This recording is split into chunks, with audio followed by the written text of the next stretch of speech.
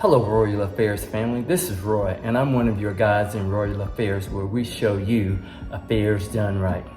We're dedicating this channel to show you how we're using travel as a pathway to continue healing, reignite love, rebuild trust, and experience transformation. Now, if that's something that sits well with you, then feel free to hang out with us. So this month, we're focusing in on how travel can foster open communication. Partners should be able to express themselves openly and honestly in a neutral setting. And today it's my turn to share my perspective. So, marriage.com summarizes effective communication or open communication as communicating effectively and transparently without fearing judgment and the conversation not evolving into an argument. I know that's a lot to unpack, so let's just take it one small bite at a time. So let's deal with the open part of open communication. Now, go with me here. This might be a bit of a stretch, but oftentimes when we open something, we believe that what's on the inside is of interest to us or valuable to us. And at the moment, it may be closed and unavailable to us, but we believe that what's on the inside is worth pursuing. So, what about your spouse? What's in their heart, head, and soul that's worth pursuing? The authentic version of your spouse is more than just the package that's on the outside. There are joys, concerns, hurts, wants, needs, aspirations, thoughts, and feelings, and even more on the inside that, if handled with care, can be surfaced. So remember as well, when you were a kid and you were sitting around the breakfast table and there was a cereal box, and the cereal box had a prize on the inside, just like this one has a, wait, there's no prize inside this box. Like 2024, so I guess they stopped putting prizes in cereal boxes. But hopefully you'll have better luck in finding and unsurfacing the treasure of prizes within your spouse through open communication. Get rid of this. I sure am thirsty. Sure would like a drink. But in order for me to access the 39 grams of sugar, the 140 calories that are in this can, and access all that delicious carbonated flavor that's locked on the inside, I'm probably going to have to exude some type of effort to pull this tab so that it will open. And much like open communication, it's going to require some effort and some intentionality. Because if it were just an innate gift or a talent that we were born with, then there wouldn't be so many books, conferences, seminars, both in the professional and personal space, just on this topic alone. It's a skill to be developed, practiced, and enhanced, because as you and your spouse mature, you're going to face some very different and difficult challenges over the course of your time together. And noting that right there, just that point right there, what used to work in the past may not necessarily work in the future. Not to sound too preachy, but the old preacher used to say, with each new level, there is a new devil. So the new opportunities and new obstacles that you and your spouse and partner will face are going to be bigger and broader than maybe what you've experienced in the past. So that's going to require some different effort, additional effort, trust. By the way, I was just sitting here and noticed that this can has a pre-cut area. And that pre-cut area will open if there's the right pressure and effort applied in the right direction. So there's no need to force your way in. So much like open communication, the loudest or the strongest doesn't win the discussion or the argument, if you will. Hopefully it's not an argument. And if you're both committed to wanting the best in open communication, and you're dedicated to taking the skills and the tactics that either your therapist or counselor have provided to you, and when you're both individually praying for yourselves to say, Lord, please help me in managing myself in open communication, then trust. By the time you're ready to have an open communication with your spouse, a way has already been made.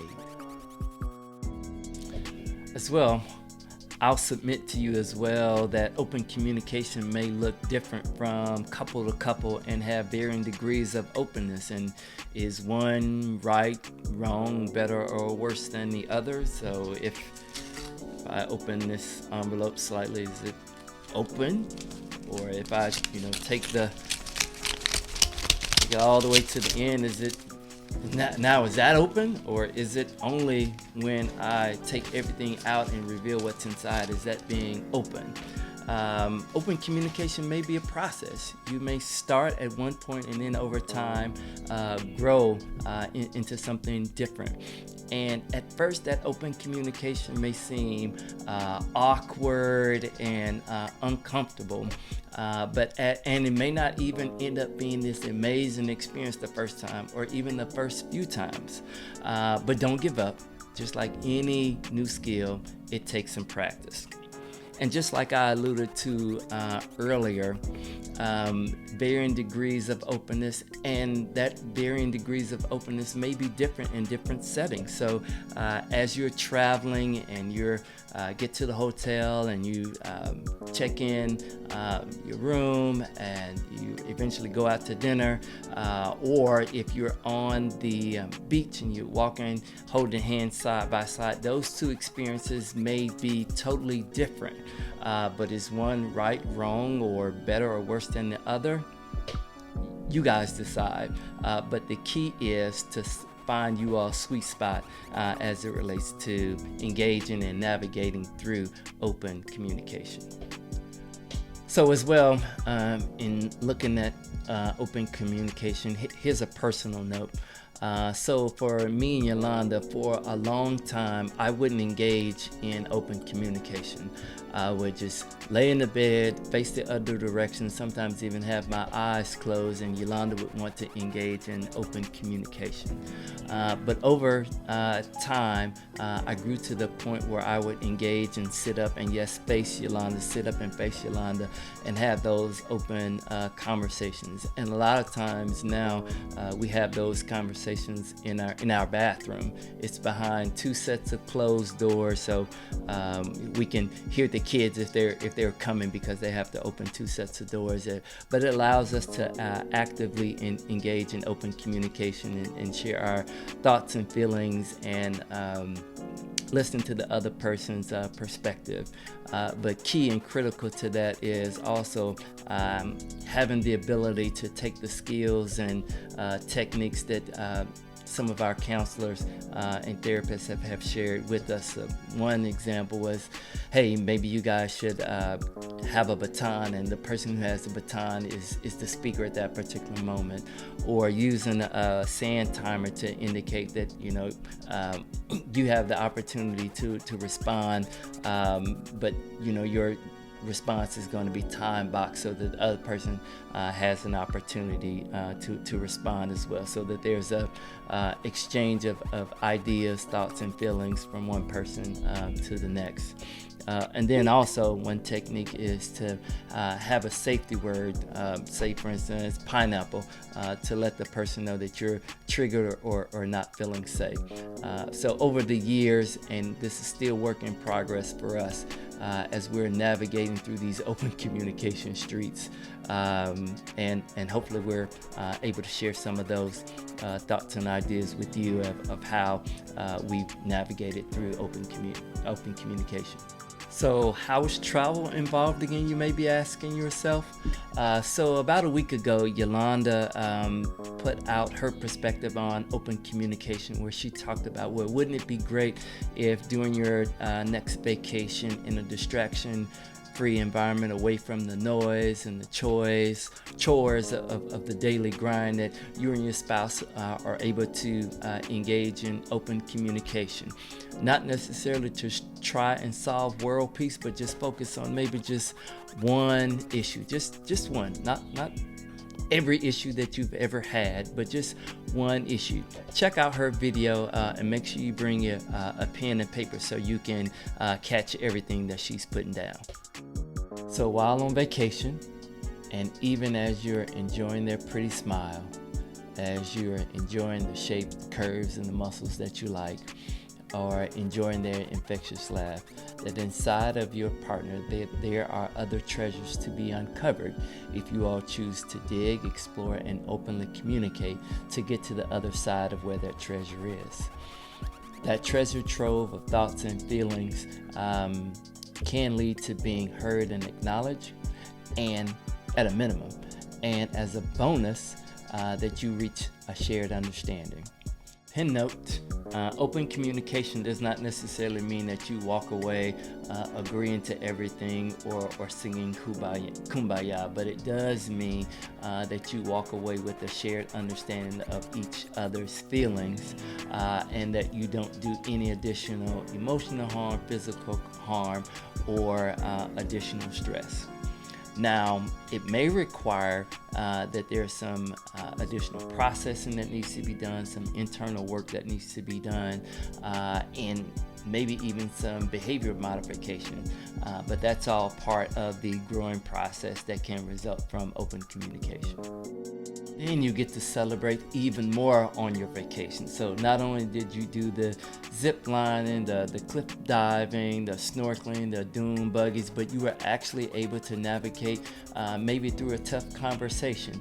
And the conversation didn't end up like the conversation between Fred Sanford and Esther from the hit TV show Fred Sanford and Son, where someone ended up being called a fish-eyed fool. Cheers.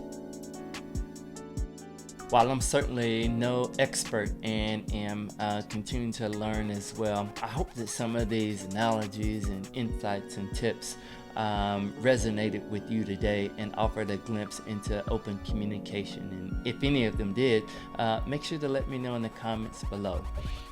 As well, if you would like to hear more, be sure to tune in next week where we'll offer more on topics like this, where we're hoping to help couples use travel on their journey together to grow as a couple. See what I did there? Travel, journey together as a couple. Okay, never mind. All right.